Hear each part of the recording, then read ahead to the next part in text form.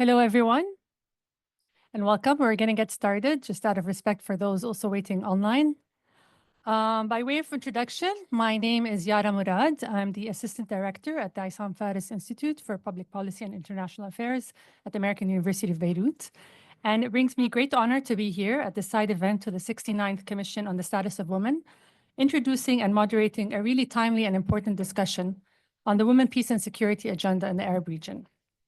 I would like to start first with thanking the partners and co-sponsors who made this event possible: UN Women Regional Office for Arab States, the Issam Fares Institute at AEB, the Swedish Dialogue Institute, the Arab Reform Initiative, Middle East Council on Global Affairs, the German International Cooperation Society, GIZ, Inclusive Peace, and the Spanish Agency for International Development Corporation. Just a few housekeeping items before we start. So the discussion will be in English today. The simultaneous interpretation is only available through Zoom by selecting the Arabic language. Should anyone in the room need interpretation, we please kindly ask you to join the Zoom link on your devices and then tune into the Arabic channel. I'll just repeat this in Arabic. النقاش اليوم حيكون باللغة الإنجليزية. ففي حال في حدا بالغرفة بحاجة للترجمة الفورية بنطلب منكم تفوتوا على الزوم لينك بالاي دي والباسكود الموجود على الأجندة. بفتكر في أجندة توزعت لتقدروا تسمعونا بالعربي. We will start with the opening remarks, followed by the panel and a Q&A session, and finally the closing remarks. So without further ado, it brings me great pleasure to introduce Dr. Muaz Dureid, who is the Acting Regional Director for the Arab States at UN Women and the Director of Management and Administration at its headquarters. And to welcome him here for his opening remarks, please.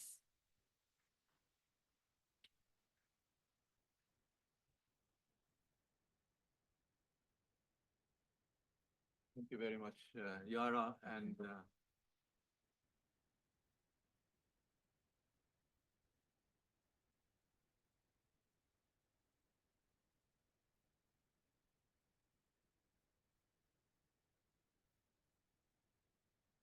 okay. Should I repeat? Yeah. It's a real pleasure to be with you here today, and I'm grateful to all of you for joining us. I know how the CSW events attract all of our attention and time, so we doubly appreciate your presence on this very important topic and discussion on the implementation of the Women, Peace and Security agenda in the Arab States region. And we are delighted to host the discussion here at UN Women headquarters.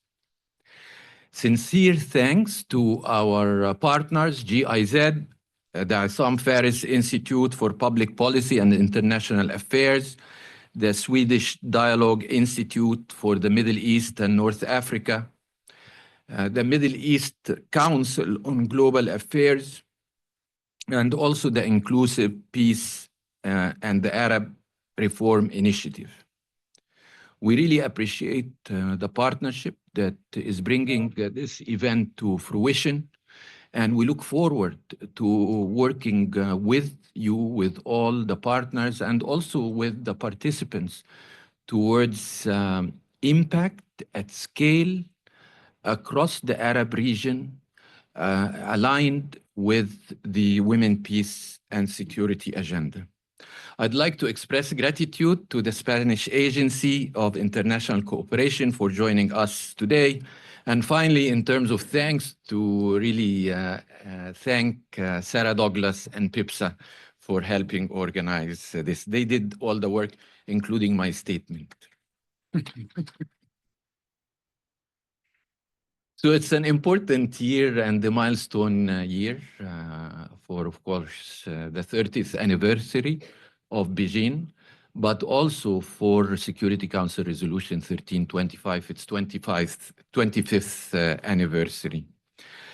The resolution, for the first time, acknowledged not only the differential and devastating impacts of war and conflict on women and girls, but also women's power and agency in preventing conflicts and in negotiating peace and contributing to inclusive recovery and reconstruction.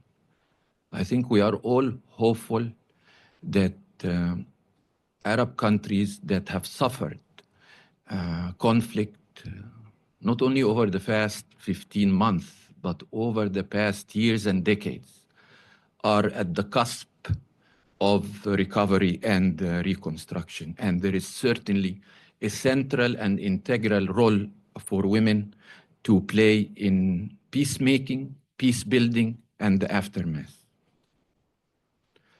However, 25 years after the resolution, the UN Secretary's report last year on women, peace, and security paints an alarming picture. Armed conflict and militarization are on the rise. We just heard in the past 10 days, several key countries, global powers, increasing their arms budgets. At the same time, simultaneously, women's participation in peace processes is declining. Now, for some data to inform our discussion. In 2023, women accounted for only 9.6% of negotiators and 13.7% of mediators in peace agreements globally, and just 26.6% of signatories to peace and ceasefire agreements.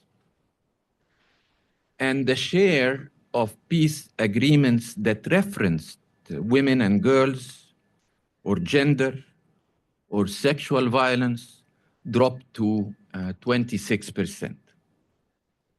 Furthermore, funding for women's organization in conflict-affected countries is only 0.3% of bilateral aid globally. This is at a time and in contrast to the humongous global military spending, which reached $2.4 trillion, that is a 6.8% increase from the previous year. And despite all of our efforts, whether in substantiating the importance and value of women's participation, in advocating for it, and so on, despite all of this, the effect is not yet materializing. And in conflicts, women and girls continue to pay a high price. The most vulnerable among them, more so, widows. Just yesterday, the Minister of Women's Affairs of Palestine was telling me about really the shocking numbers of widows, not only in Gaza, but in the West Bank.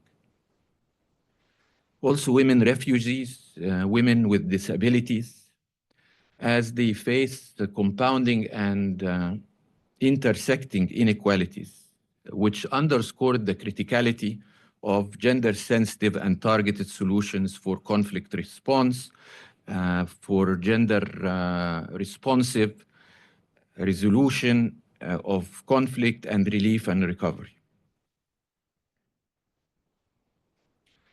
Yet the narrative in the region that we are joined to talk about, to discuss, most often portrays women not as agents, but only as victims. And despite women being largely absent in formal negotiations and in decision-making in peace processes, let's really remember and let's tell the world that women in the region have been and remain at the forefront of grassroots peace building and local mediation efforts.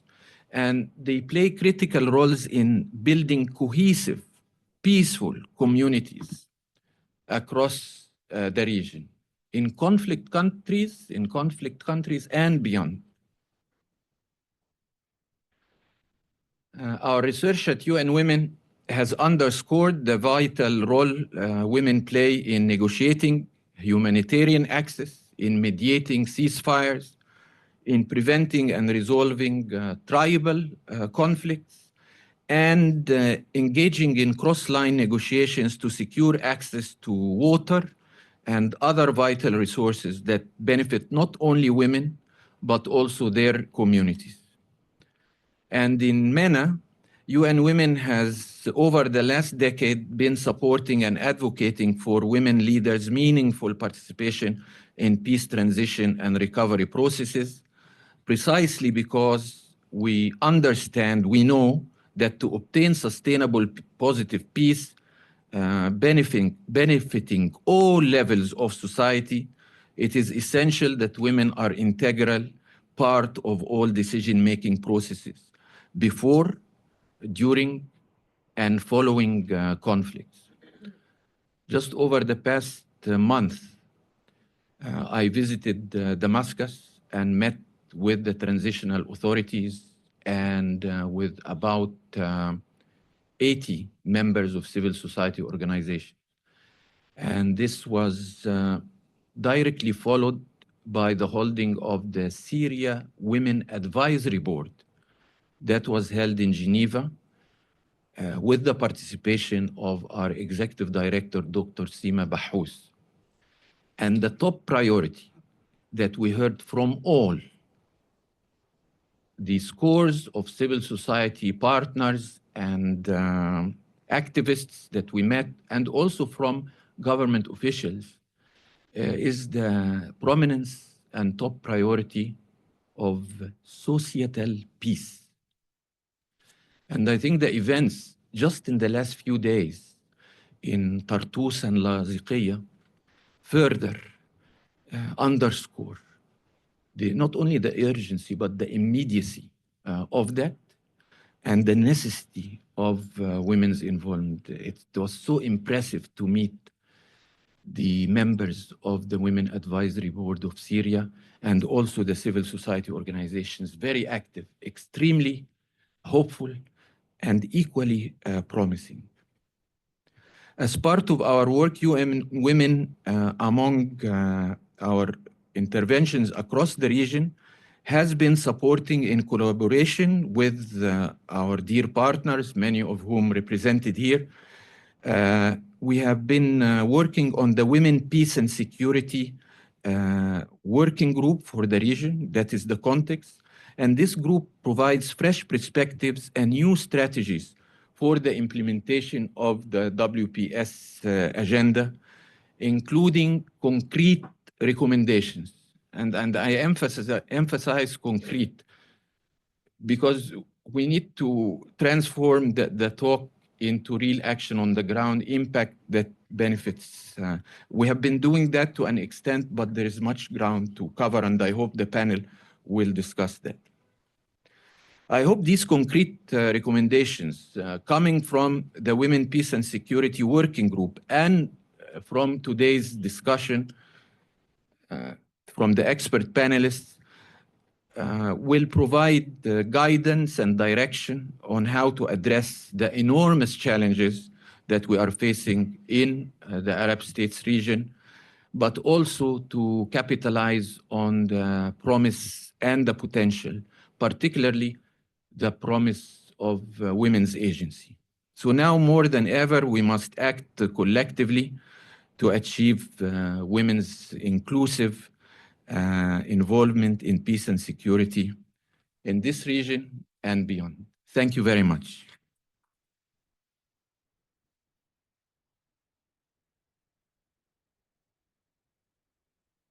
Thank you, Dr. Dureit, for the remarks that set a good base for our discussion today. Before we dive into the panel, I'd like to just take a moment to introduce you to the Issam Fares Institute at the American University of Beirut and to let you know what the role we play in advancing the Women, Peace and Security agenda in the region. So the Institute is a leading policy research center committed to building the gap between knowledge and action.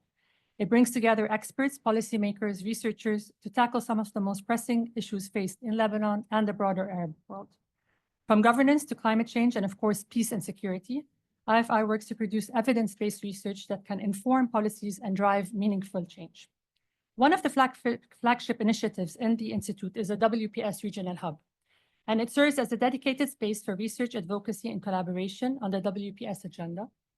This hub was created in the support of UN Women Regional Office in response to many challenges women face in conflict and post-conflict settings in the region, where their roles in peace building, political transitions, recovery efforts are often gone unrecognized. Through its work, the WPS Hub seeks to ensure that women's voices and leadership are at the center of discussions on peace and security. And it is within this framework that IFI, alongside UN Women, has convened the WPS working group that you have just mentioned, Dr. Dreid. And this is in collaboration with a cohort, with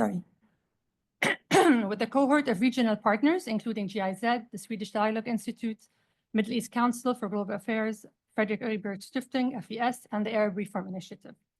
This working group brings together peace practitioners, academics, media personalities, private sector actors, policy experts, and others from the region to develop concrete recommendations on how to advance the WPS agenda with a focus on conflict-affected countries. And right now, the group is working on a white policy paper which aims to both guide the national and international actors on how to adapt WPS commitments to the realities of our region. This is a critical step in ensuring that women's participation in the peace processes is not just a box to tick, but a real and meaningful contribution to sustainable peace. It also ensures that the voices from the region are mainstreamed into the high-level WPS debates, which will be held along the course of the year.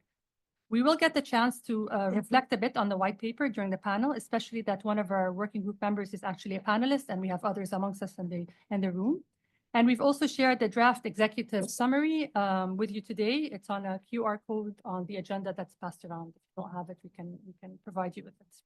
So with that said, I would like to get the conversation started and hear from our distinguished panelists about how to push this agenda forward. So I will introduce these incredible women and ask them to please be with me here. Just a small note that we will have a Q&A session at the end, so please save your questions till then. So I'll start with Mariam. Mariam Jalabi is the co-founder of the Syrian Women's Political Movement. She's also served as a representative of the Syrian Opposition Coalition to the United Nations in New York for over 13 years. And her work focuses on women's inclusion in politics and decision-making. Of course, I'm really summarizing the CVs. The CVs are a lot more impressive than what I'll manage to say today. Suzan Aref is a human rights and civil society activist, founder and director of Women Empowerment Organization. She works as a coordinator of the Alliance 1325, which is a large group of civil society organizations in Iraq, which had a pioneering role in developing the first national action plan on WPS. Hala Bourguegues, is that right? Is a Libyan lawyer, Bourguegues maybe, is a Libyan lawyer, activist, and researcher with extensive experience in Libya and the MENA region. In 2015, she co-founded the Jusur Center for Studies and Development, spearheading efforts to advance inclusive development, economic development in Libya. And Hala also launched LEAP, which is Libya's first women-focused business incubator. Her work focuses on integrating women's inclusion in peace processes and economic recovery strategies. With us online is Dr. Dalal Arakat, who is an associate professor of diplomacy and strategic thinking at the Arab American University, Palestine, and a weekly columnist at the Al-Quds newspaper. Her research focuses on diplomacy, nation branding, Palestinian state building, coercive diplomacy, public diplomacy, soft power, mediation, and conflict resolution. And she is also a founding member of the Mediterranean Women Mediators. Unfortunately, Dalal could not be here in person, but she's with us online. And I'd like to reiterate how grateful we are for having you join us, Dalal, right after breaking fast. Thank you. So our first round of questions will be the same question that I'm going to address to all the panelists, and we'll give it around 3 to 4 minutes, please. So given the narrowing of civic space in the region and the growing reality of transactional politics, what are the most pressing challenges facing women peace actors today? How do these challenges differ from those faced when the WPS agenda was first adopted? Mariam, we can start with you.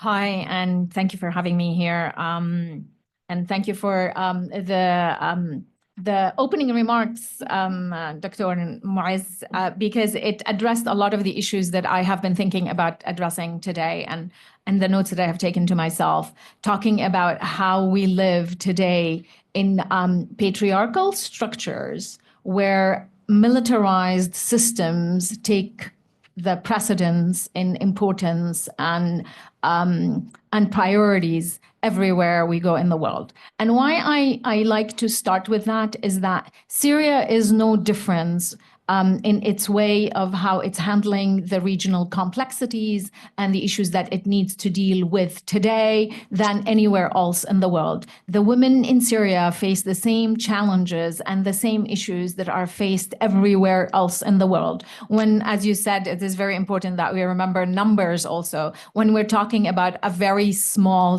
budget that is spent on investment in women, when the budgets for military and the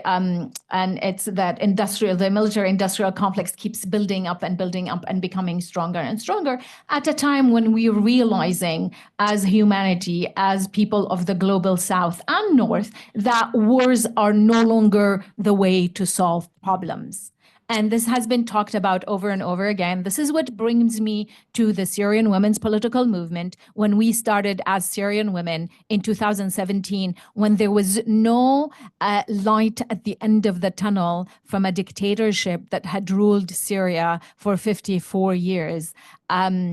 We came together and decided that we need to have a different solution for Syria. We need to work with the other women in the region. We need to work with women internationally and all believers in feminist work and feminist ideology, because feminist work and ideology is not just for women. It's actually to support men, get out of their ways of oppression and military use so that they can come on the same path with us, so that we can create a world where peace and security is the way to go. On December 8th, a 50-year-old dictatorship fell. I'm not going to go into the details of how that happened, but somehow we were the lucky result of a lot of geopolitical complexities that has brought the fall of a regime that nobody thought will come down. 2 years earlier, the whole Arab region, the whole international community was trying to normalize as a de facto presence of this regime that has killed and destroyed the country and created a huge refugee problem where the economy is down to the ground. That went away on December 8th. On January 8th, the Syrian Women Political Movement met in Damascus to announce our presence as the women political movement, that you cannot move forward in this country without real inclusion of women. And we had been supported by a lot of people and a lot of groups that have to come together to make this a reality. I'd go a little bit more into detail about what's happening in Syria right now, but I'll leave that for the next question. But I wanted to just point out that today Syria is part of a whole system, a global system that we all feminists, men and women, need to work together to bring it back to the right path to peace and security. Thank you, Mariam. Suzan, تفضلي. Hello, everyone. Thank you, Yara, for the question. Yes. So if I talk about Iraq, I have to say Iraq has two different contexts. One, it is in general, when I'm talking about Iraq, but we have also the context of Kurdistan region. And there's also different between the two contexts. But if I talk about the shrinking civic space in Iraq, of course, increasingly affected on meaningful participation for women's peace actors. But if I talk like in early days, of course, women rights organizations, they played an active role as a government partner and other stakeholders. They were instrumental positioning Iraq as the first country in the MENA region of developing the first national action plan and publishing the first monitoring report on the implementation of the first national action plan. However, the situation has been changed and restricted women rights organization for their participation in key processes, like in consultation, in monitoring, implementation, and this has resulted in a clear gap in accountability and implementation. So we can see the challenges today. It is politics, gatekeeping, and restricted funding, and also the rise of risks on independent voices of women rights organizations. So unless if like they are affiliated in political parties.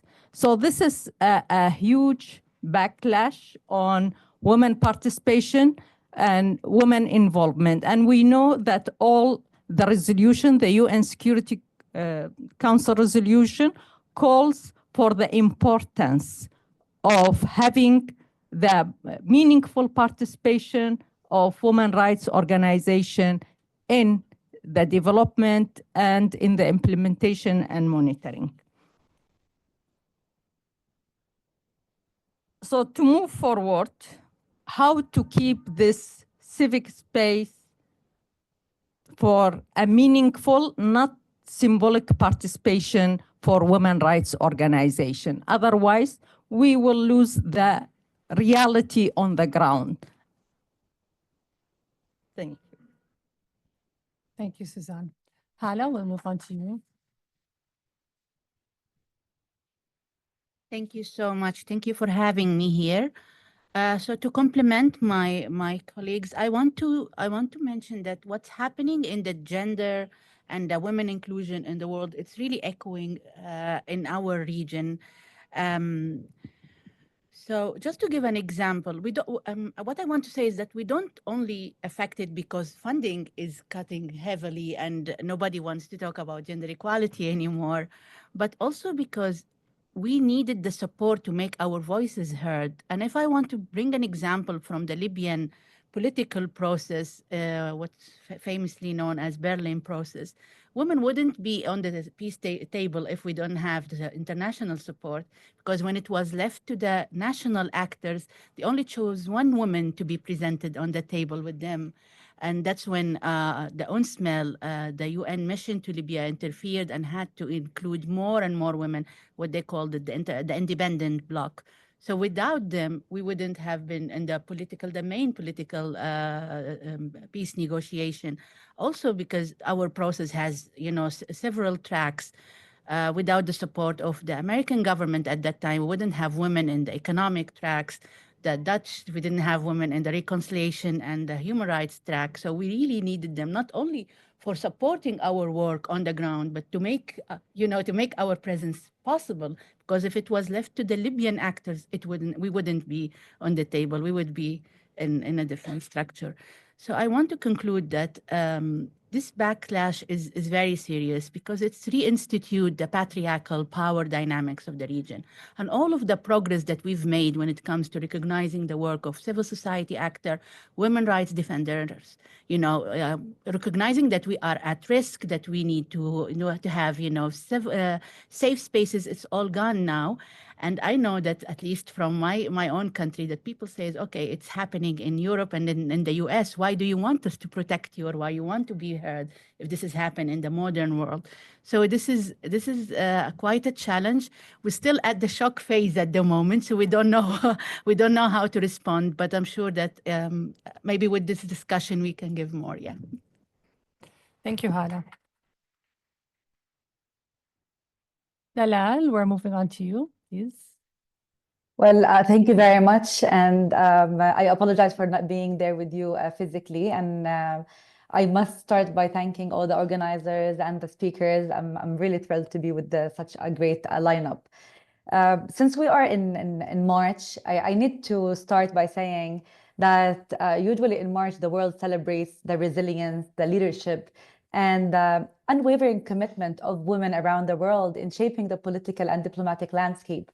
Yet, unfortunately, for women in the Arab world, whether from Sudan to Libya to Syria to Iraq, Lebanon, Yemen, Palestine, Unfortunately, this day also is a stark reminder that our struggle for inclusion is very much intertwined with our struggle for justice, for dignity, for freedom and self-determination from different kinds of military occupation or settler colonialism or different conflicts that are being imposed on us.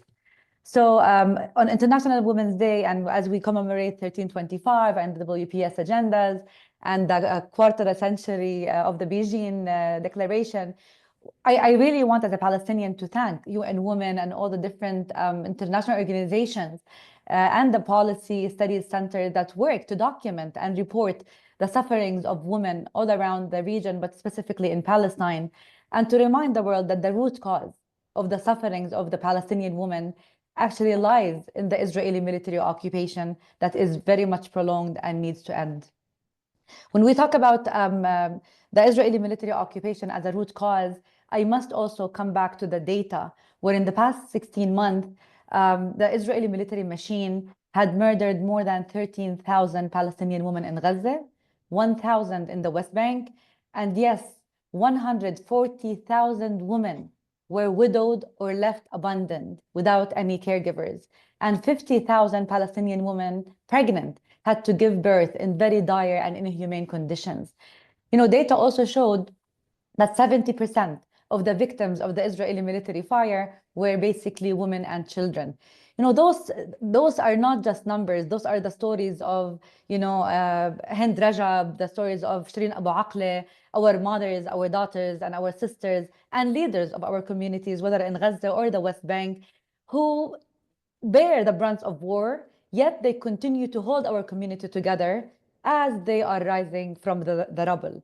I also want to reiterate that, you know, the genocidal war that we have been witnessing in Gaza also has a parallel of, you know, Israel's systematic war in the West Bank. If you look at the West Bank from Nablus in the north to Jenin, to Tulkarem, to Tubas, to Qalqilia, to Ramallah, to Jericho, to Hebron, to Bethlehem, and to Jerusalem, every Palestinian city is under attack, and every Palestinian woman suffers on a daily basis from different racist policies, extrajudicial killings, detentions, settler terrorism, and recently the forced displacement policies have been intensified. So when we look at all this reality, it is precisely because of those facts and the realities that are being imposed on our grounds and that cause the immediate sufferings of the Palestinian women that we need women at the tables. When we look at the Palestinian women participation when it comes to negotiating ceasefire, when it comes to even the ideas of, you know, even trying to think about the reconstruction of Gaza or reconciliation, for example. And I'm not talking about the conflict context with the Israeli side. Even on the intra-Palestinian level, unfortunately, scarcity of Palestinian representation, or if I may say, zero Palestinian women representation at those levels of negotiations and of political talk. That's why I hope today that this panel will actually, you know, serve as a catalyst to move forward the talk and the need to have more women at different tables. Not because now women are not, you know, the inclusion should not be looked at as a luxury, but it is a necessity. When we look at, you know, what happened in Gaza in the past 2 years, we are reminded that unfortunately diplomacy and multilateralism failed the humanity in Gaza. Today, it is men who had waged the war. It is men who are negotiating the ceasefire. Unfortunately, it is the women who are expected to rebuild the societies and bring the people together and to continue to show resilience and, you know, steadfastness on the Palestinian streets. I'll stop here now until we go to the second question. Thank you. Thank you, Dalal. Thank you all for these insights, and I think you highlighted many of these critical challenges. Maybe I'll just reflect a bit on those that were identified as part of the working group, the WPS working group. So a lot were mentioned by you, and maybe I'll add some more. So some issues that came up was the growing resistance to the WPS agenda, the narrowing of civil space that means that human rights offenders and activists face more threats and restrictions than ever before. It was highlighted that women remain excluded from formal mediation and decision-making processes. Another key issue was that the Women, Peace and Security agenda doesn't fully address the unique challenges faced by women under occupation specifically. So that's a bit lacking there. With issues like land confiscation, political suppression, arbitrary detention. This all makes it harder for women to engage in the peace-building process. Another challenge which was identified, and I think, Suzan, you mentioned it too, is the funding. Sometimes more so, it's the donor-driven priorities that tend to shape the WPS agenda set. Many mentioned that the action plans that are put sometimes lack accountability and resources that make its implementation inconsistent. Others also mentioned the importance of strengthening the intergenerational alliances and making space for local voices in order to move forward with this agenda. So it's clear that while some challenges have evolved over the years, many of the core struggles women peace actors faced when addressing women peace and security are very much still present today. So now our question is how to address them in a practical and sustainable way. I'm going to turn to you, Mariam, with my question. As a co-founder of the Syrian Women's Political Movement and a long-standing advocate for women's inclusion in peace and transition processes, how do you view the development in Syria now for women? And from your perspective, what are the biggest challenges that remain for women seeking leadership roles in political transition and reconstruction? And how can the WPS agenda help ensure that the Syrian women are meaningfully, not just included, in a meaningful way in the decision-making at all the levels? Thank you for this. Thank you, Dalal, for addressing very, very crucial issue in how we cannot have peace, women, and security until we address it at all levels and look into human rights not as divisible and as double standards in our assessments of women, peace, and security. Going back and focus on Syria, after the fall of the regime in Syria, the country that has been inherited is in shambles. There are 75% of the infrastructure of the country is destroyed. The average, the income, or not income, the income of the average income is between $20 to $30 a month. That puts 95% of the Syrian population under the poverty line. So when we're talking about women, peace, and security, it's the same thing like when we're talking like about it in Palestine, we're talking about it in Libya, and talking about it in Yemen, talking about it in all of these different spaces where are ridden with conflict, is that you cannot have an equal and meaningful participation if you're worried about sending your child to school, if you're worried about putting food at the table, if you don't know if your parents are sick, your family is sick, somebody is hit, and we can imagine in conflict the amount of injuries and the amount of damage that happens to the population. When we're thinking about these issues, it is very difficult for us to think about how do we meaningfully participate. Therefore, it is very important that the actors, the very few actors that are on the tables, that are in decision-making, that are feminist, whether men and women, especially women, that we support them, that we stand by them, and that we make sure that they get the word across. We have very few women now within the Syrian context who are doing this job, because if we look at the nature and the realities on the ground in Syria, just like everywhere else, I don't want to say, the Syrian government is very different than the US government right now, or the EU governments, when you sit, like, for my experience here at the UN, when I'm sitting at Security Council, meetings, at GA meetings, and I'm looking and you see it mostly like during UNGA, actually, when like UN General Assembly happens, it's mostly in suits, it's men everywhere, everybody's sitting. The highest number of women that was like from my remember in the last 14 years working like with Security Council, it was 4 women, Security Council permanent representatives that was in the room at the same time. So we need to think about these issues and think about how the few women that are included, like the organizations that are on the ground, the women like that we have right now, that are working within the government, that we support them, that we are standing by them, that we're giving them all of the tools and all of the possible support, whether it's, technical or financial or in any way like access to resources, access to power and power sharing spaces so that they can do their job, that they can do their work. And I do want to add something, but maybe I'll add it to the next question when it comes. Thank you. Thank you, Mariam.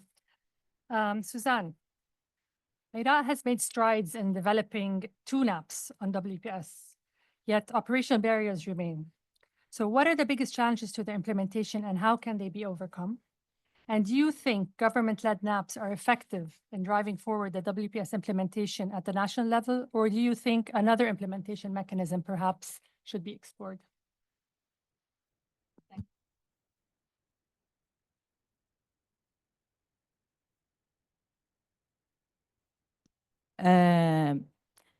Iraq government and Kurdistan region government, both, they have taken very good steps on developing 3 national action plan in reality, because the third, it is in a process of endorsement.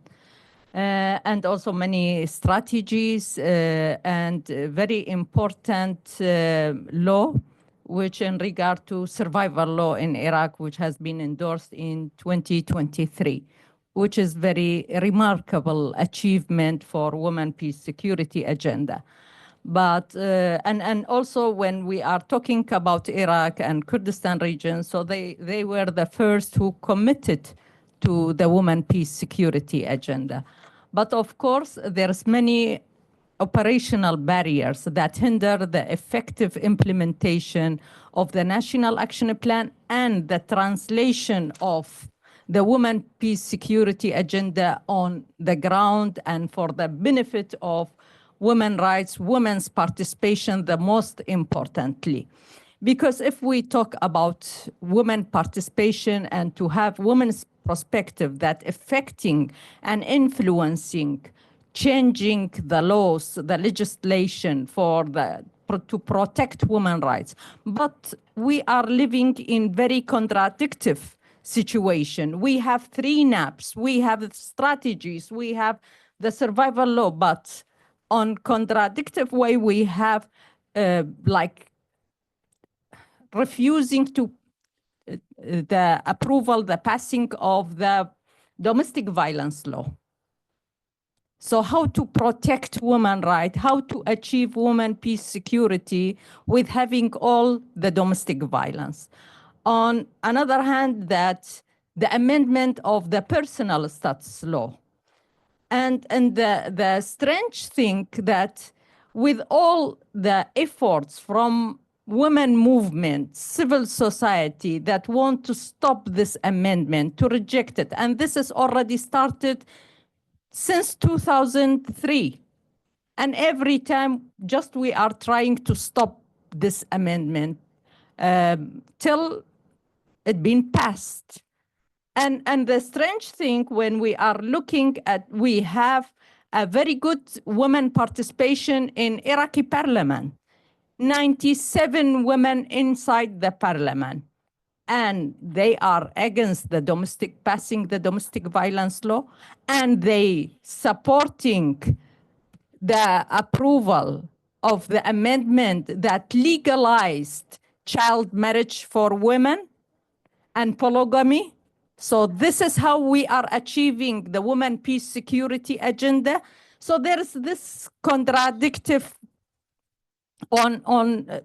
having on a way many plan strategies, but it remains symbolic. It is far from reality. So this is a big issue that happening. So how we have to translate the women, peace, security agenda on the national ground, how to understand what it does mean and what is the plan, national action plan does mean, and how women can benefit from, and how to have meaningful participation for women. Why women, they are there. We have quota, but quota been misused by political parties. So there's no women that going there with a feminist perspective to be there to fight for women's rights. They are fighting for their political parties with a political agenda.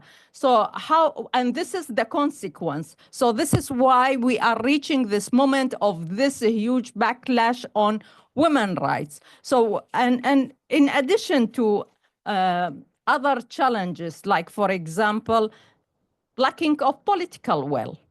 Without political will, how to allocate budget to fund all the programs designed in the NAP, how to localize them, how to not only to have a plan for 4 years, 5 years, but how to translate it to annual plan, to be easy to be implemented, to monitoring it. So this is very important. We are happy about the ownership of government, of the leadership of government on developing NAPs, on consulting with civil society. But again, we need more how to create this political will on the implementation, on the monitoring of the NAP, and how women can exactly benefit.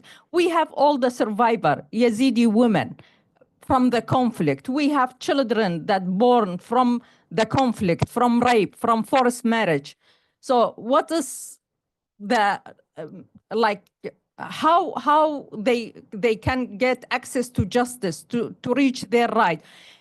Instead to be busy to respond to them, we are amending the personal status law, but not thinking about all the survivors. So this is how it making me what to say about the achievement of women, peace, security agenda, how women, survival women benefited from the 3, or at least to say the 2 national action plan, even the special law that came to respond to them. And even we can see there's no reparation in the law itself. It is only something to subsidize with salaries like this, and again with very difficult process to prove if they are victims of the conflict.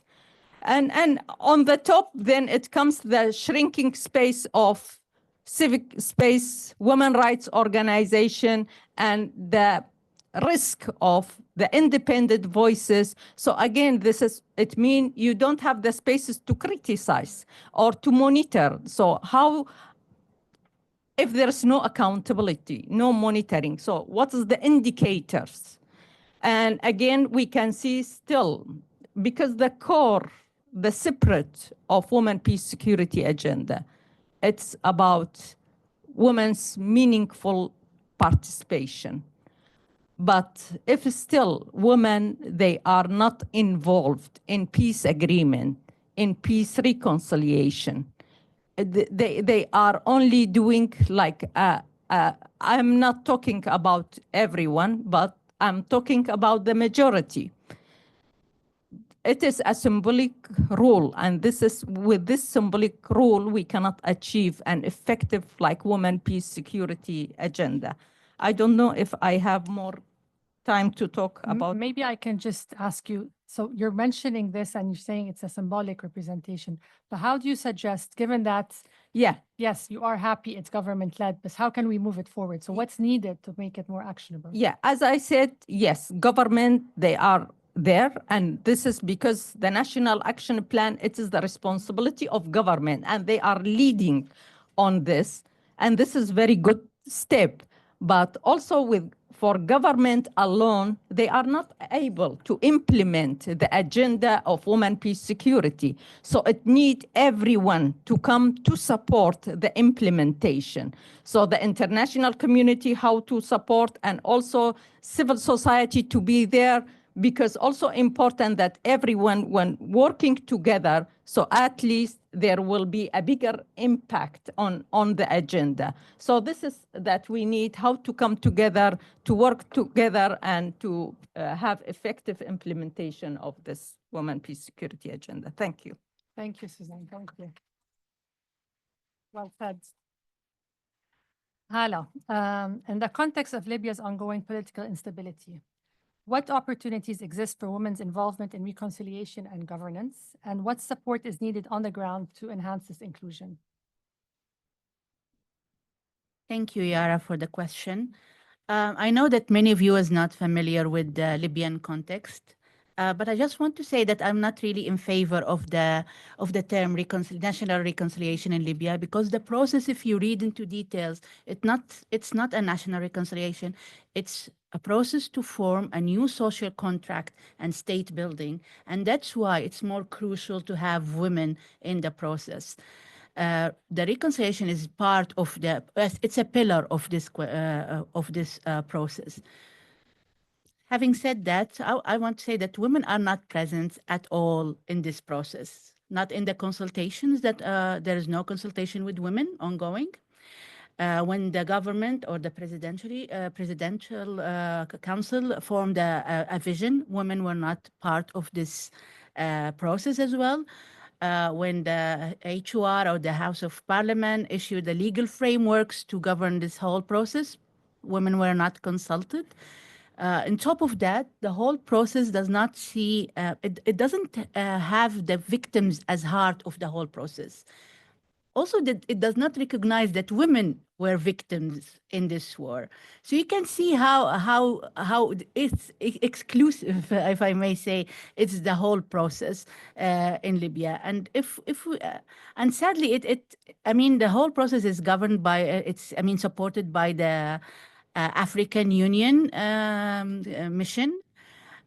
But it's still, it really needs a lot of work to have a meaningful, inclusive for women.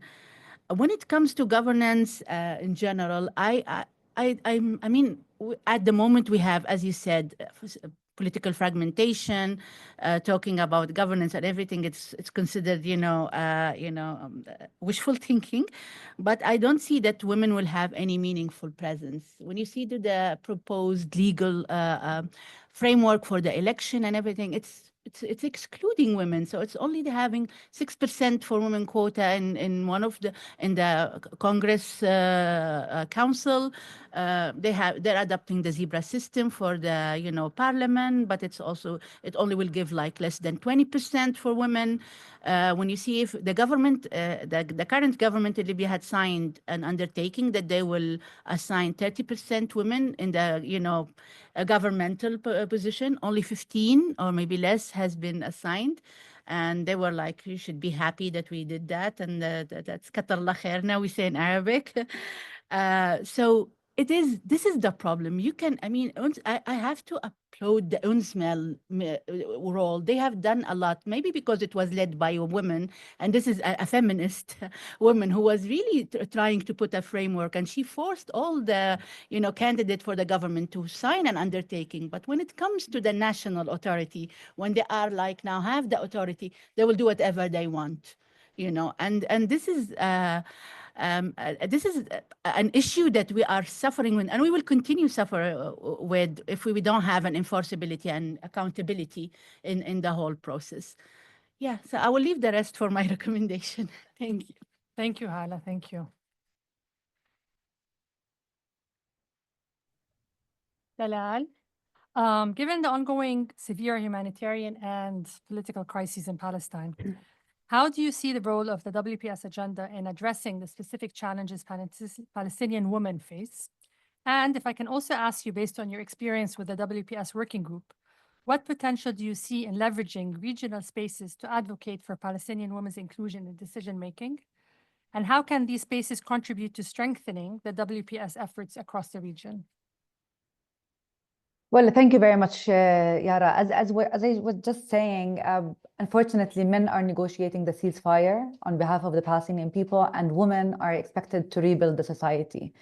So if we can imagine a place where women are actually, in fact, involved in the governance structures, in reconstruction of Gaza and the transitional justice also in the West Bank, the different mechanisms, the post-war rehabilitation processes, I think we would be in a much more just and equitable and sustainable place.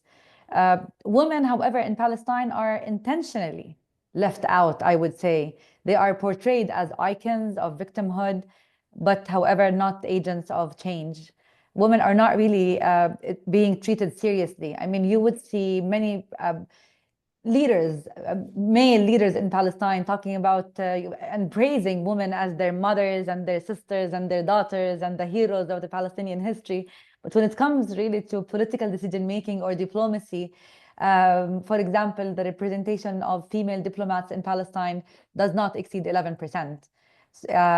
We don't have even 15 of our ambassadors as females. I know that women in diplomacy representation worldwide is low. However, for Palestine, it is really sad, because when you look in our universities, the Palestinian women enrolled in universities make 60% of education in Palestine. So there is no correlation between the merits and the qualifications and the skills and the educational and practical experiences that the women in Palestine hold and what positions specifically in politics and decision-making that they hold in Palestine. So going back to the UN Security Council, the 1325 WPS agendas, which were established, and stress the need to have more women and full equal roles to maintain peace and security. Palestinian women, I want to repeat, that are intentionally and methodically barred from political leadership, decision-making, and post-conflict state building as well. You know, the international community has spent billions of dollars over the past 3 decades in Palestine. Unfortunately, and we have talked about this during our workshops, Yara and the others, I think UN Women and the international donor community need to revise and revisit the way they look at their funding conditions and mechanisms. I really hope that they will not go into déjà vu scenarios of trainings here and there, which did not really bear the fruits after 3 decades of experiences. We really don't need to repeat already tried experiences. I think we need to be more creative, more innovative, and not only by adopting, you know, the modern labels of AI, technology, and democracy and inclusion, without really, touching the fruits on the impact of those trainings. That's why I am advocating with the WPS agenda, and this was discussed already in the paper, that maybe we should revisit the training ideas. In Palestine, however, we also need to stress the point, which is also included in the paper, as Yara was mentioning, that we cannot neglect the root cause of the sufferings and the endurances of women, which is the Israeli military occupation. However, to elaborate, we need to understand that colonialism had actually enforced and entrenched the patriarchal system in Palestine. It had, in fact, militarized masculinity and pushed women actually outside of the leadership spheres. It gave an excuse to more masculine dominant society, where women have much more priorities under occupation and colonialism, instead of taking political roles, etc., etc. So when Palestinians are in constant survival mode, for example, against the Israeli system of repression and dispossession, Palestinian women are trapped. They are trapped in their own society system of patriarchy, in which they were never actually intended to lead or seen as equal when it comes to political leadership specifically. Palestinian women, because I don't want to sound pessimistic, in reality, Palestinian women are not survivors. They are not victims. They are the resilience symbol of the Palestinian people. And they are also the builders of the future and of the existing presence of our communities. So the leadership that the Palestinian women play in post-war reconstruction needs to be institutionalized somehow and not treated as an afterthought. That's why I hope that this dialogue and the working group will be the catalyst for change, not only for Palestinian women inclusion, but also for the Arab and regional and international women inclusion when it comes to political processes and moving forward, the leadership that needs to mirror, the pain and the sacrifices and the legitimate role for the woman when it comes in our people's quest for justice, whether for men and their children and the women alike. So if the world is really serious when they talk about their commitment to peace and security, and women also need to be protected and need to be empowered, and their resilience and their skills and merit need to be reflected in their roles in the societies, not only on social levels as caregivers, but also as decision makers on all levels. In Palestine, just to give you a couple of data, in our basic law in Palestine and in our, the Palestinian Declaration of Independence, 1988, the language is amazingly civilized. The language is amazingly secular. The language is amazingly inclusive. And it does really treat women on very much equal basis. And when you look at education, again, women are at the lead. When you look at the merits, the skills, however, when you look at the percentage of political leadership and participation, it is very, very, very low. And this cannot be traced back but to, unfortunately, the political will of the leadership. the patriarchal system that is very, very much entrenched. And I have to admit that the lack of democratization in Palestine, the lack of a cycle of elections did not also help the Palestinian women in taking the rightful places in decision making. However, I think now more than ever, after the genocidal war that was documented in Gaza and what we're witnessing up until this moment of settler colonialism and forced displacements in the West Bank on daily basis, I think there is hope and there is room for more women to be included. And I hope that throughout the working group, I am very, very, happy to be part of this group, because I am surrounded by not only powerful women, but smart women. However, they are the expert women in the field. And this is, I think, a lesson learned that we need to focus on. In our advocacy, we don't want all women to be included at different tables. We want the right women, like the right men, of course, at the tables. So we need to respect expertise and specialty. So when we see women who are working on this working group and this policy paper, who are really experts in diplomacy, conflict resolution, strategizing, peace, justice, mediation, and negotiation, this is what we should focus on. We don't want to advocate and to help the leaders in our countries just do the gender boxes checking, because this is what we had faced in Palestine as well. Sometimes when men advocate for increasing the percentage of women representation, for example, in certain agencies within the PLO or different government bodies, they do actually increase the percentage of women representation to sometimes 20%. However, the representation is not really comprehensive, and it's not reflective of the needed women in the right places. So I think we as women need to also focus on our expertise and to put the right people in the right place. I'll stop here. Thank you. Thank you, Dara. Very, very well said. The right persons with the right skills, the right knowledge. Thank you, all of you, for the very thought-provoking interventions. We're going to wrap up this panel with a final question, common question, but also if you have any final thoughts that you want to add after you answer the question, I'm going to. So what is one concrete step or recommendation that you would put forward, whether to national governments, international donors, international or grassroots organizations, to accelerate the progress on the WPS agenda? Would you like to start, Mariam? It cannot be one. I have to do two. Okay, two, because I need to go on an international level as a Syrian person sitting at a panel talking to the international community. I don't know how many people are online. I don't know how many people will hear this, but going through all of these amazing partners that we have, I do need to emphasize that without lifting the sanctions of Syria, we cannot really move forward. These sanctions, talking about them like politically and economically, I don't know, as a means of bringing down a regime, that's something to be discussed. But right now in Syria, these sanctions are holding people back, is holding the government back, is holding women back. Because if a woman, like I said earlier, does not have means to send her children to school, to put food on the table, to take care of her family, which is the role women usually do in society, she cannot have any way for her to participate meaningfully into the rebuilding of her country.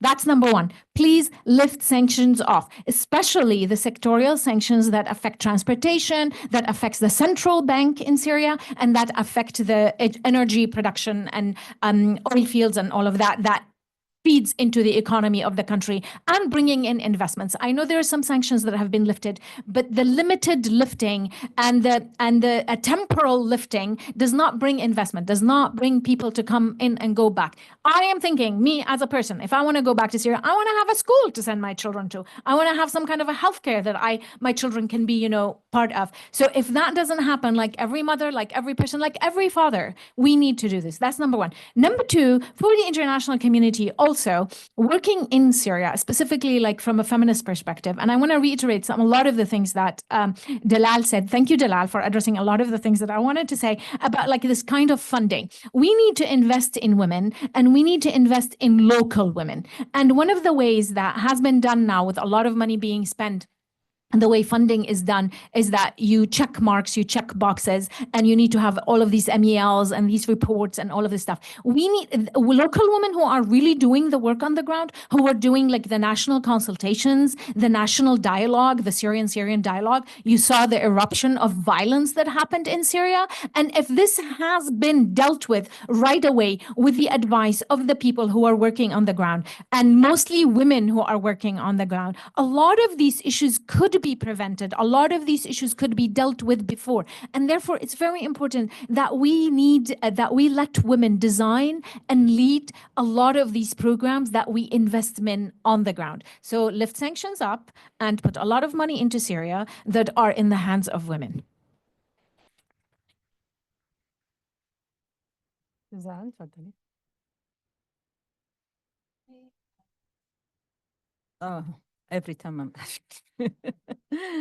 As a woman rights organization representative, I want to highlight the importance need for urgent support to recognizing women rights organization, not just as implementer, but as a strategic partner in shaping peace, security, and equality agenda.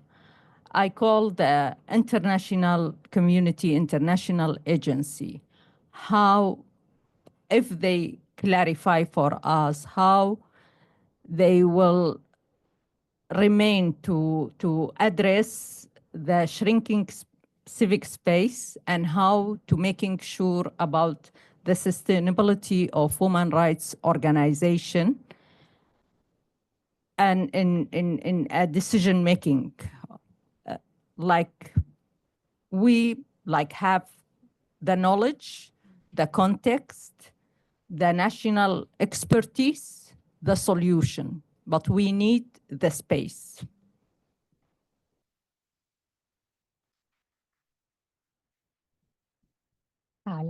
Thank you. So also my recommendation is for the international community. And it's actually a takeaway from a paper that I've just finished with. I prepared for the Arab CSO Feminist Network, and I think there is. I mean, now in development and there is like some sort of reform is happening and changes, and I think it's very important to admit that the WPS agenda is not working, right? So yeah, and to truly and effectively to make this work, this agenda works, we need to include enforceability. We need enforceability mechanism to hold parties accountable when they are not meeting the targets of the WPS agenda. Otherwise, it doesn't mean anything on the ground. And this, I say it, our research paper, I analyzed Security Council resolution for and the NAP for Palestine, Sudan, Libya, and Yemen. And it was heartbreaking to see how there is a lot of gaps, even in the Security Council resolution that they don't see and they don't include important things. So I think this is very, very important. Also, from the Libyan experience, I would say that the international community, at least in our region, tend to have a approach for power sharing arrangement when they're talking and mediating for peace. And this is not helpful for a long term. And we can see, we're doing it now in Libya, and we can see what's happening in Lebanon. And we can see it doesn't really work in the long run. And it's not helping women. Because women, that's why we don't have meaningful participation that Mariam and Dalal were alluding to. It's not there because of this power sharing mechanism. So somehow the international community need to be more innovative, and they should come with maybe a responsibility sharing arrangement where it's people centered rather than it's enabling spoilers arrangement. So I think this is very important. And my very last comment, because I was very brief in my other intervention. I think it's very, I mentioned that when the UN mission in Libya was led by a woman and she was a feminist, we had better framework to our peace. And She's not there anymore, unfortunately. We have a new woman. Stephanie is not there. We have a new woman. We're hopeful that she will follow the steps of Stephanie Williams. But we need more women or men who are having a feminist perspective and who can push, you know, the WPS agenda for real. And yeah, for here I conclude. Thank you. Thank you, Hala. Dalal? So what do I recommend? I recommend that we need to walk our talk. And this is a message for us as women in the Arab world, but also for the international community who had been issuing resolutions and, you know, different agendas and protocols. This is a very much constructive criticism, I hope, to the WPS, to 1325, and to UN Women as they are convening on different events right now. It is time we enforce, we implement the peace agenda. It's about time we stop talking about it and we move into implementation phase. Women should not be treated only on an advisory consultative roles, and not as beneficiaries, as business as usual, but as the architects of how we shape the political landscape. Another note, the double standardization. We should not tolerate more double standards coming from the international community. For example, when Palestine asked for investigation missions to come and investigate the gender-based violence against women, rape, etc., misbehavior, inhumane behavior for Palestinian detainees in the prisons, or whether on checkpoints and on daily life, the mission was not allowed to come to Palestine. And the UN Women did not pay enough you know, power, if I may say, or pressure on the Israeli military occupation regime to go and translate their mandate, which they were brought to life for. And my last point is that, yes, we need to walk the talk. However, I am very much optimistic to be working with this working group with so many, you know, powerful women like yourselves on the panel. And I just shared another article this month with Afkar, the Middle East Council for Global Affairs, and another one with the Issam Fares Institute. We need to keep pushing. We need to stand together always. And that's how I think we will demonstrate to our generation and to the younger generation how when women are brought together at those tables, this is the way forward, and that's how we can bring the change desired to our societies, to our region, and to the world, hopefully. Thank you. Thank you, Dalal, and thank you, ladies, for all the recommendations put forward. I'm sure many of them will be incorporated into the white paper, and I also invite the audience to take a look at the recommendations that were set in the white paper shared today. We're going to move now to the Q&A session. I'll ask you please to be as precise as possible. Introduce yourself, please, before you pose the question. And if you want it to be addressed to any of the panelists, if you can specify that.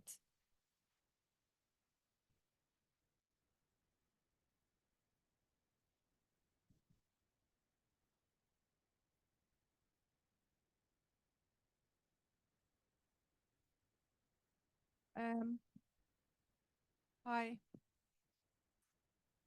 I don't think.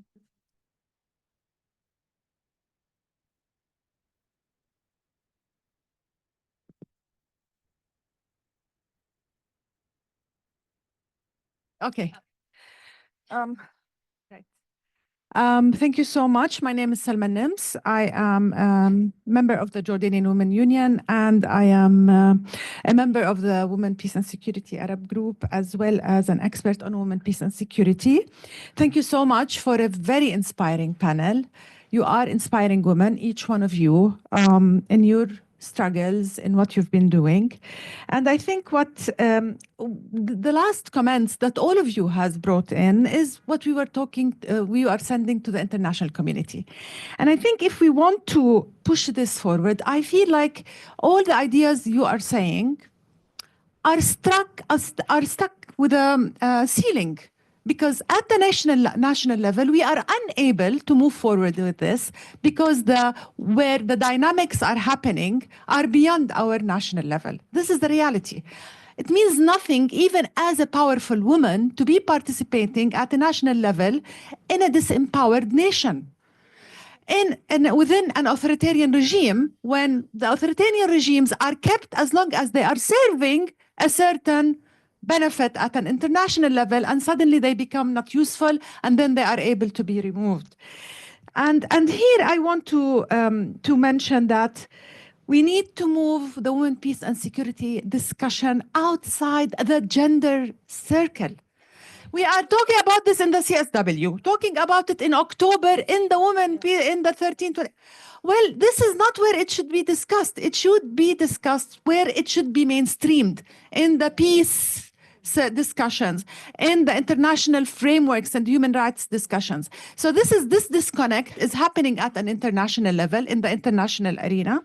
And at the same time, it's not happening. In order to move forward with accountability and implementation, we cannot keep NAPs as standalone structures and frameworks. They have to be aligned with national sustainable development plans, in order to have the executive plans for the governments, the funding that is directed there, implementing that, same as the gender equality agendas.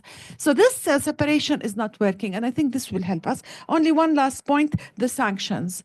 Yes, I think the sanctions were so used on Syria, yet I don't see it being used on Israel. And really, again, if we don't, and we're talking about a backlash on gender equality. We're talking about backlash on human rights activists, on feminists, Arab feminists. We are going to go backward if we keep seeing the word. Our men in our region are now attacking us that, you know what, feminist agenda, women, peace and security, why is this resolution has to be implemented when no other resolution relating to Palestine was implemented?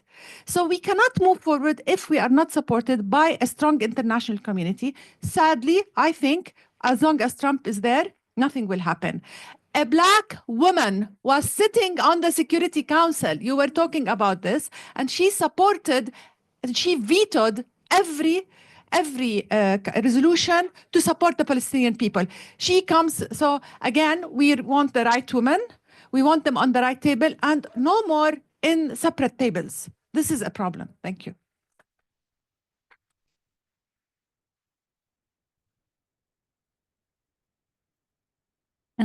Thank you. My name is Naisa Schnauer. I'm also from the Women's Union, Jordanian Women's Union. I do not to repeat whatever was said, and I thank the panelists for their points and concrete examples and concrete talk about what is happening and the situations, because we don't want to euphemize what is happening.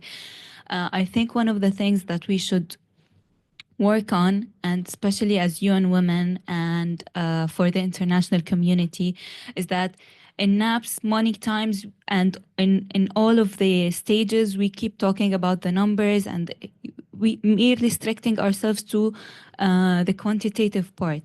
It appears in every time that the number of women sitting is not sitting on the table is not a real reflection on whether the women issues will be addressed, women needs will be addressed and met in the negotiations or in the process of working the strategies and implementing the resolutions. So the first trap that is being always holding everyone back is that relying on quantitative numbers and saying that, okay, so even in places where conflicts are not like emerging in the same way. The other thing is that I want to add to highlight something that Dalal mentioned. She mentioned that a lot of funding, international funding, has poured into Palestine and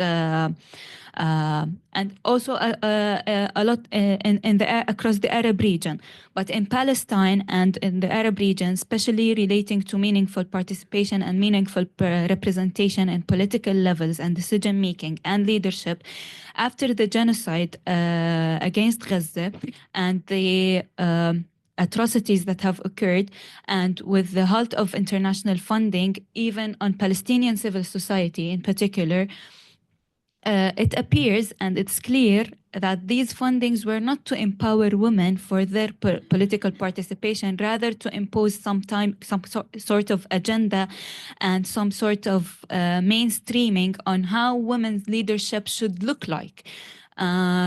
يعني, for example, it is not to empower Palestinian women to choose to resist Israel. Rather, it was targeting, directing the civil society work and meaningful participation to be accepting the status quo, which is more dangerous for Palestinian women, and it doesn't reflect their meaningful participation. The meaningful participation of Palestinian women is to be on the table, is to be in the decision making, and also to resist and to participate in the entire process of self-determination and liberation from colonialism. The final point is, as we speak about peace and conflict resolution and security, we should not limit ourselves to the definition of peace as the absence of conflict, or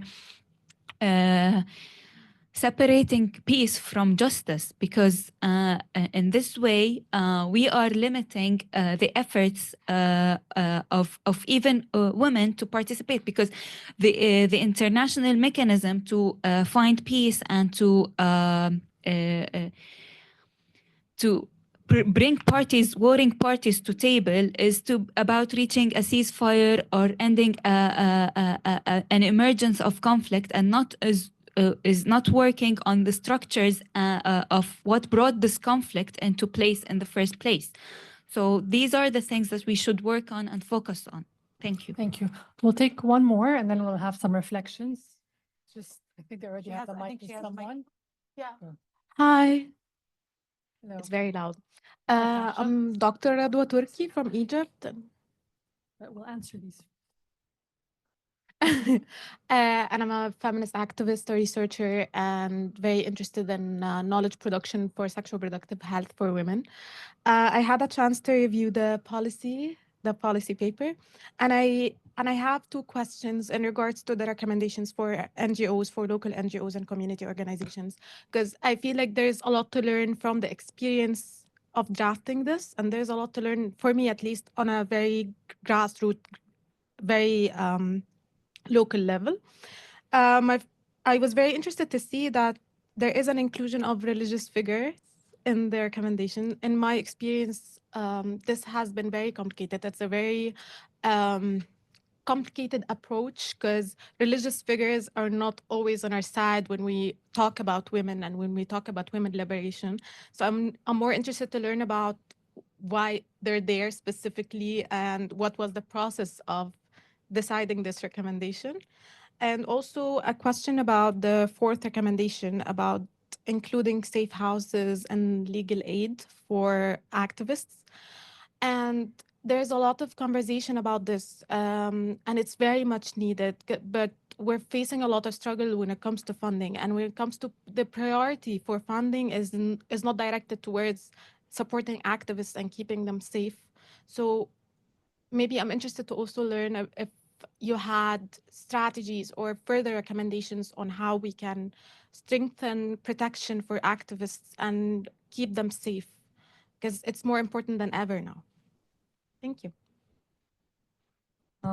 Would the panelists like to reflect on any of the comments given so far, any of the questions? Please go ahead.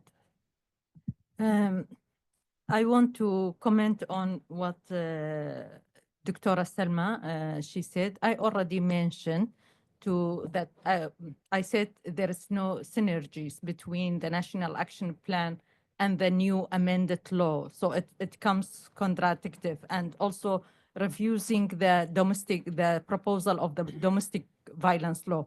So this is, it means it not works together. The plan, it says something, but in reality, the law and legislation.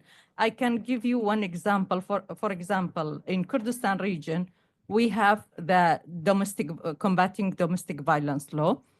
And this is when it's regulating or bordering the polygamy.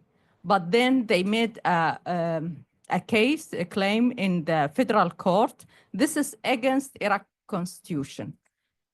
So we have to also to allow for polygamy. So it means there is so what does mean that we have the NAP for women, peace, security agenda when there's no harmonies between the laws, the strategies, and the NAP. So I know we have to think about this. After 30 years of Beijing platform, after the 13 years of SDG, of 1325, 25 years. So, but why this backlash? What we achieved through all the years, and what is the accountability on all the platform declaration, where we are from this. So I think this is the responsibility for everyone, like international community, agencies, like international organization and local. We have to review ourselves, what is the weakness, and how to strategize ourselves to be committed and also to have some achievement. We can see all the promises on all the declaration on Beijing on 1325, what we achieved with the promises and who is responsible for this. What is the weaknesses and what is the new way to overcome of this? It means all what we did, maybe it worked a little, but not all of them. So we couldn't achieve what we planned for it. And on the top, this is 5 years we are going, there's a big pushback on this. So what's the reason? We cannot put the blame only on one side. We all sharing this, and we have together to review ourselves to see why this consequence, why we are going back, and why women and girls remain to be victim and remaining to face the violence in the countries. We know this is not specific for Iraq. All the other countries in the region, they are in the similar situation. And women in conflict, why this women peace security agenda on global level and on country level couldn't respond to women and girls. So we have to address this in order to be able, if this is the mandate for us and if we believe in it. I don't know, maybe it was more for me. Yeah, thank you. Anyone else? Would you like to jump in? Jenny Dalal? Yeah, Yeah. I'd like, can I? Yes, go ahead. I just want to make a short remark on the inclusion of religious figures. I forgot your name, but I hear you and I know where you're coming from. And I know that we all aspire for a more liberated kind of political and civil realities in our regions. However, in the Arab world, we also cannot neglect the fact of the different societal and ideological backgrounds that bring our societies together. And a lesson learned from different experiences around the world about inclusivity. Unless we come to the point where we make sure that everybody is included, that everybody is at the table. You know, we're not only talking about gender here, we're also talking about ideologies, we're talking about, you know, color, backgrounds, geographical representation, and religious representation. I think we actually need those. We need everybody to be at the table to advocate and push together. Otherwise, unfortunately, those who are not included and who are not on board will definitely be the spoilers of our goals and our admirations for our societies. So if you just think about it this way, of how when you include everybody and when you make everybody part of the process of change, that's how we come to the change desired. Thank you. Yeah, I just want to build on what Dalal mentioned. I think it's very important to have this inclusivity, but also it could be toxic if you're just saying we welcome men on or tribal men on the to discuss women issues, religious men, name it, men in general, but then they will just want to dominate and they just want to enforce their traditional way or their gender norms. They're welcome. We should have this discussion and dialogue, but also we should not compromise the principles of what we are fighting for, right? And we should not sideline the human rights aspect or the women's rights just to have, you know, an agreement or an accord between us and between those people who are actually, you know, opposing these ideas. So I think it's a notion that it's been, you know, all around whenever you discuss anything related to gender equality. But I think we need to approach it in a very sensitive way, because from my experience working on the ground, we are always just giving away women's rights just to make them happy, and they make them included, or to make them with us in this signing on this agreement or this. And this is wrong, because it's you know, it's a short-term solution, and it will not work in the long term. So we really need to address this in a very, very critical way. And you mentioned the human rights defenders and how, I mean, this is like, what you asked is $1 million question. I mean, anyone would love to have to answer this, but it's very complicated, because it's easier if you are outside the country, or if you can flee the country. But if you're inside, you are working with your law enforcement, with your justice system. And most of the time, even when international community, I mean, from my experience of what I've seen, if they want to interfere, they will ask, this is a national security issue. You are not allowed here. This is our national security. And this is why I always advise young feminists and young activists like you need to be cautious, and you need to understand that this, what you're saying, you need very responsible, you need to be very mindful of what you're going through. Because when you are in default, nobody, even, you know, you could be in a session like that, you will leave, you will be, you know, abducted, and nobody will know about you. And even then the national community can't do anything. So really, it's very, very complicated. And if we want to solve this issue, we need to address the complications of this issue. It's easier when it's online, but when it's physical, it's very difficult. I'm so sorry that I didn't give an answer, but I just wanted to share my insight. Thank you, Hala. And just to also mention that the recommendations that you're seeing in the executive summary, at least that we shared today, are still work in progress. So we'll be sharing something more updated towards the end of the year or along the course of the year. Should we take another round of questions? I think you already have something. Well, hello, my name is Jaana Hirsikangas. I'm the Executive Director of UN Women's National Committee in Finland.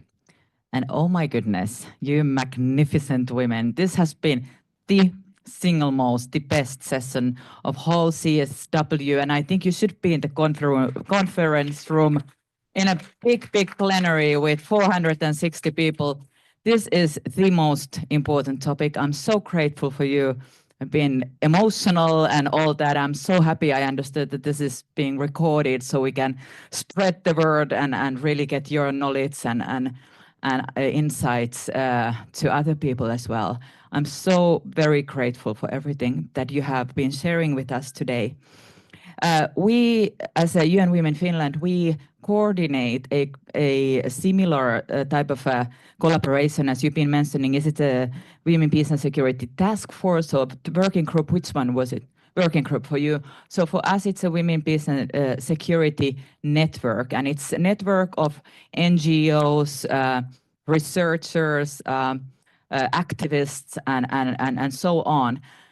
And I think everything that I've learned today is so valuable, and I think we should somehow look into ways how could we connect these different working groups and networks and bring all of us together, because this is what we need. We need to learn from each other. We need to know how can we learn from you and then educate our parliamentarians and our government officials and our civil society and activists and everyone, so that we can do absolutely everything that we can to support you in your very important job that you're doing. So I'm just reaching out to you and hoping that maybe something could come up in the future where we could collaborate and somehow try to first of all to learn from you and then to take it forward in our communities, because I'm sure that there's so much that we could do actually together. And I'm also asking if there's any way of having any of these speeches directly to our network and our activists, so that they can learn from you as a webinar. It would be really, really valuable. So if I can just get your contact details later on, that would be so amazing. Thank you so very much, and thank you for organizing, of course, because that's why we are all here. Thank you. Thank you very much. Thank you. Hello, everyone. Okay. Hello, everyone. I would like to thank you for this amazing panel. I'm Nuran Aqrab, a cultural activist and a program manager for the Masaruna program implemented in the War for Arts and Development in Egypt. Actually, I have a question for the panelists and the audience of the meeting. How do you see the participation of young women in the decision-making process? As a young woman-ish, not that young, but yeah. Especially during the armed conflicts, where the context is already excluding women as an entire gender. What are your recommendations or actions toward inclusion of young women? Thank you. Hi, my name is Nina Lahoud. I worked for the UN for almost 34 years in 6 peace missions on the ground, and I've been involved in WPS for a long time. I share your disgruntlement and criticism of the lack of implementation. I wrote an article, a 55-page article, before the 20th anniversary that you can read with recommendations, unfortunately, none of which were to accelerate implementation, which were not implemented. I got a lot of feedback. But in that vein, I wanted to, responding to Moez's appeal for concrete information, and I really want to say that, you know, it angers me when I hear yet again another impressive panel, much less from the MENA region, of really articulate women. And then we have token one woman in each Security Council meeting, if that, of civil society, et cetera. And we're in a room of mostly women, like all the CSW and WPS discussions. So in terms of a strategic way forward, I wanted to humbly put out a couple suggestions based on all my experience, and I was backstopping a lot of the missions, so I worked a lot with the council. You have 6 months before the WPS 30th anniversary, okay? It's going to be the presidency Russia, but you have, for all of these, look at how many MENA countries are on the council, where you have monthly or tri-monthly meetings. Lebanon, Syria, Iraq, Palestine, Libya. All of them with either missions or special coordinators in the countries.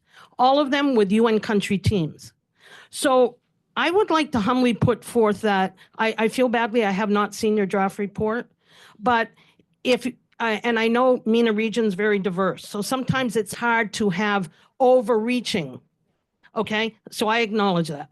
But if you could, as a working group, endorse for a powerful statement, even if you break it down by country, and you identify in the various sectors, maybe don't overburden, 2 priority short-term priorities, and you make an appeal to, in a letter to the Security Council, copied to all the country team heads and the pen holders. You have to remember, there's 1 or 2 pen holders, member states, for each of these countries on the Security Council. So you get them on your side, you know, and you propose that you come up with maybe as an adjunct to that, this set of recommendations by country with priorities.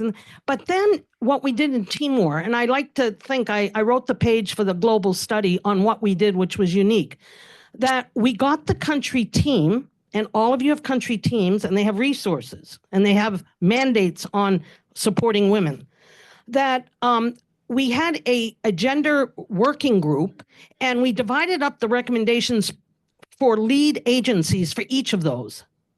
So, and we had, as part of that working group, it wasn't just UN. We had civil society representatives and the country representatives. So all the constituencies were represented on each of the clusters of the action plan.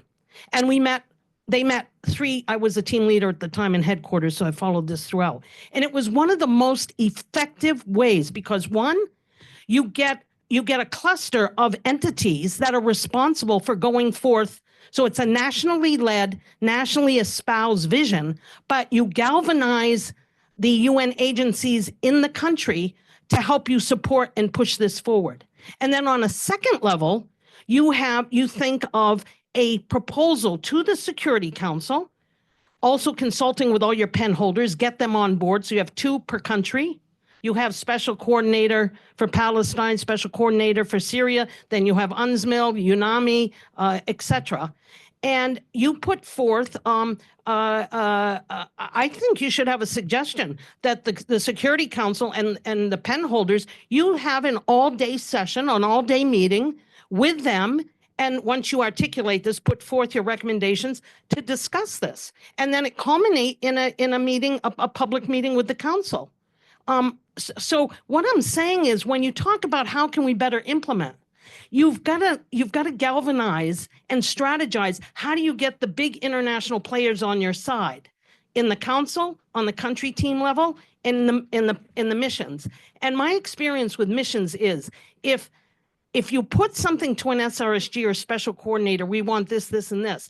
If you don't have something that helps prod them that, oh, this is a general policy. We're doing this for everyone. We've presented this to 10 countries. They feel a little bit more empowered that, well, what are the others doing? Or so if you that's why I'm saying if you present it on a global, a MENA-based or, the conflict-affected countries within MENA, because you have 22 countries in MENA, it's big. But if you highlight those on the Security Council, just as a first step, as a pilot, I think it would be very effective. And I also proposed, I was invited to an Arab League conference in Abu Dhabi a couple of years ago, and I put forth a bunch of recommendations. And one is for MENA to actually spearhead an appointment of a WPS a special representative for the MENA region on WPS. And I also pointed out that when you looked at the UN system, there were very few Arab women. Now you had 2 Moroccans, now you have Sima, but it's shameful, even in the peace and security space. So I'm trying to say that you have all these voices, they're not heard by the right people, they're not heard in the right forms or sufficiently enough. And how can you galvanize the council, the pen holders on the council for each of the countries, the country teams who have resources, and somehow translate your working group or divide it up into countries, prioritize so you don't overwhelm them. You can have an excuse that this is just the pilot priority stage. We'll hammer out more midterm and long term. And then look at the page in the global study on Timor and what we did with the country team.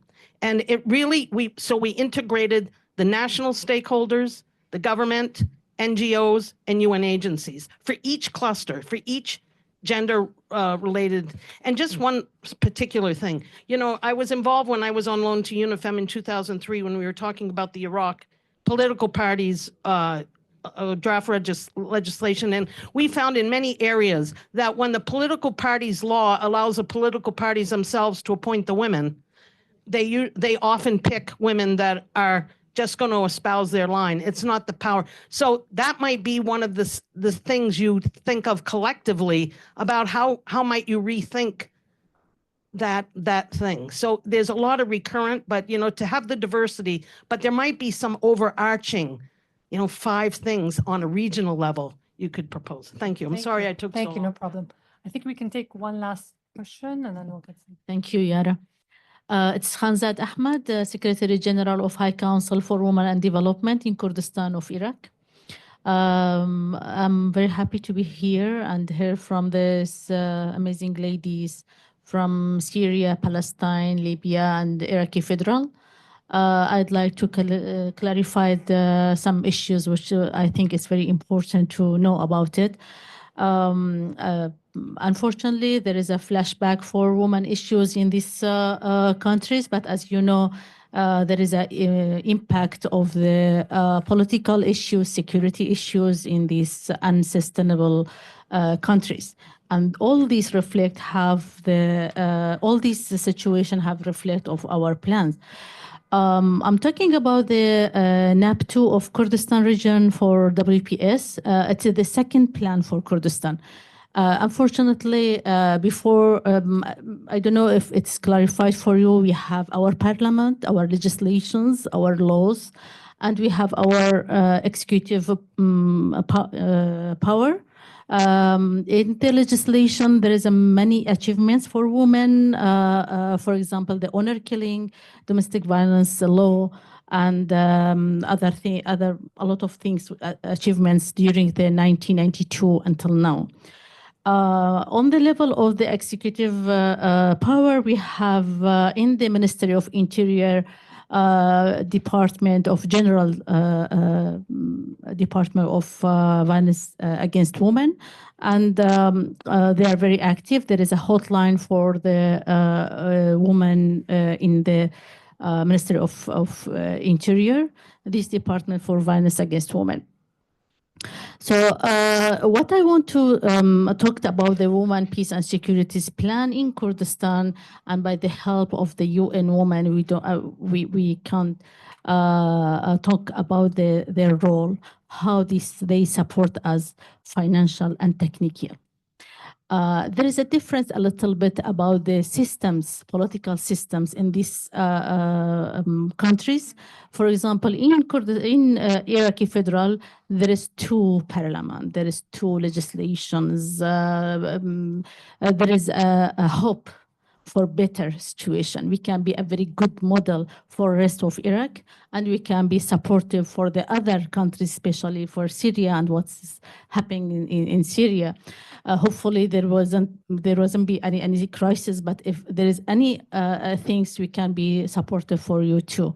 Through the UN Women, and especially with the INGOs, and in the INGOs, especially with the GIZ, we prepare our plan for women, peace and securities. On the second one, on the assessment, which we did it by this first NAP of 3025, or Women, Peace and Security in Kurdistan. So there is a lot of things which we can work it for the women, and we be a good model for the other rest of Iraq. I'd like to talk about the role of UN Women. We are here in United Nations. I think we should ask them to support UN Women more. Really.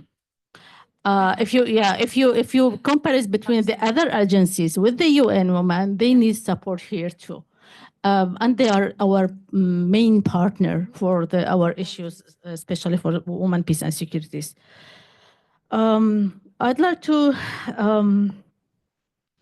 for the peace mediator, we have a great program with the UN Women. And we started with the peace mediators because in the delegation, we see men, they are delegated they are representative of these delegations. Now we have our program, and we started with the UN Women to have the prepare women to be part of these delegations. It's very good positive issues or positive point in the KRG. There is a parallel of vision with the vision of United Nations, with the vision of international laws for the human rights and for the women rights, and for the recommendation of the vision. I hope if you see the report, how much it is great report, and we are prepare ourselves to make more achievements, and by collaboration, all the partners and all the stakeholders, and we'd like to have exchange the experience.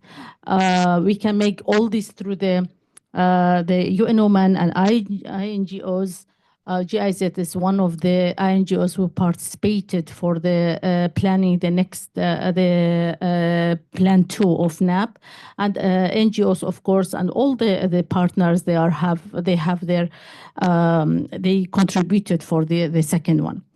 I'd like to say to you, ladies, the future is for us, for women. Be optimistic. Thank you very much. Thank you. Okay, for the sake of time, we're going to have to wrap up the Q&A. Any questions that you'd like to address? I'd like someone maybe to answer the question on including the young women and the process. Does anyone want to take that on? Yeah. Okay. So maybe we'll keep that for discussions later. That's fine. All right. So we're going to be moving to the closing remarks. I just want you all to just join us in applauding these amazing, amazing women. All right. And now it's my honor to introduce Mariam Ciscar, Chief of the Sectorial Branch at the Spanish Agency for International Development Corporation, for her closing remarks, please.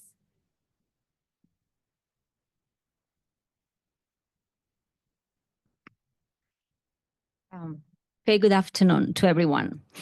It's both a privilege and an honor to give the closing remarks in this event, marking the importance of women, peace and security agenda, particularly in the MENA region, which is a region that is very dear to our heart in Spain, both because we share the Mediterranean and because we are blessed to have the Arab legacy in our history for many, many years. And I want to thank the organizers and the co-organizers, and especially UN Women, for this event and for inviting the Spanish Agency of International Cooperation. I have the pleasure to say that since barely a month ago, I'm no longer the chief of the sectorial department. I'm the deputy director for feminist cooperation, because we have a feminist cooperation and we have a feminist foreign policy in Spain. I want to also thank, and as UN Women from Finland was saying, she said it very well, these very inspiring women. It's been fantastic listening to you, Mariam, Suzan, Halal, Dalal. You have very strong statements from very strong and brave women.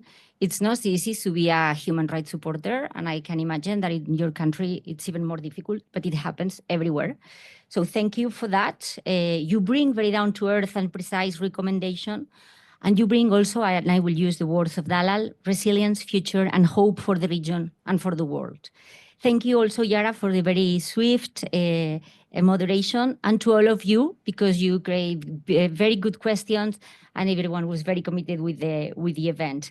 As Moed mentioned, 30 years passed since Beijing and 25 from the Women, Peace and Security agenda. A great achievement in recognizing the specific impact of conflict on women and men, but not women only appearing as a subject of protection, but also protagonists of our own development from pre-conflict to post-conflict, including on the negotiation tables. Women, Peace and Security agenda has marked a hallmark for the Spanish cooperation for Spain foreign policy. We've been one of the first 10 countries to approve a national action plan on women, peace and security.